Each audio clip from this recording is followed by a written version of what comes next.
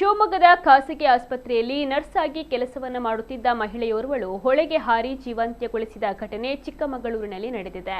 30 ವರ್ಷ ಪ್ರಾಯದ ರನ್ಯಾ ಬೇಸಿಲ್ ಮೃತ ಮಹಿಳೆ.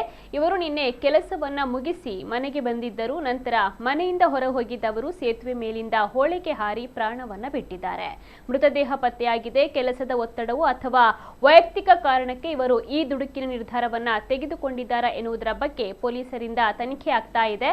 ಇವರು ಪತಿ ಹಾಗೂ ಇಬ್ಬರು ಮಕ್ಕಳನ್ನು ಅಗಲಿದ್ದಾರೆ.